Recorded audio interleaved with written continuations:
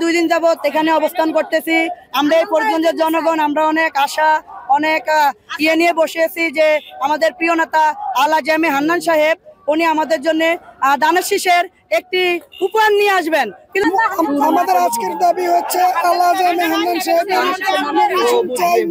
আমাদের মূল দাবি হইল আমরা হান্নান সাহেবকে ফরিদগঞ্জে সংসদ সদস্য হিসেবে দেখতে চাই। তবে আমাদের এই ফরিদগঞ্জ উপজেলার একমাত্র 17 বছরের দাবিদার জনাব আলহাজি এম এ হান্নান সাহেব, ওনার যেই অবদান এই ফরিদগঞ্জে রেখেছেন, ফরিদগঞ্জের মানুষ তা প্রমাণ করে দিবে। তাকে আমরা আসছি হান্নান ভাইয়ের প্রতিবাদ মিছিল এবং হান্নান ভাই গরিব দুঃখী মানুষের মেহনতের কাজে লাগে, গরিব দুঃখী মানুষের পাশে দাঁড়ায়। যে নমিনেশন ফরিদগঞ্জ থানায় হান্নান সাহেব ছাড়া আর এই উপযুক্ত কোনো লোক নাই। যে যারা নমিনেশন দিছে এটা ভুয়া, আমরা এটা মানি না।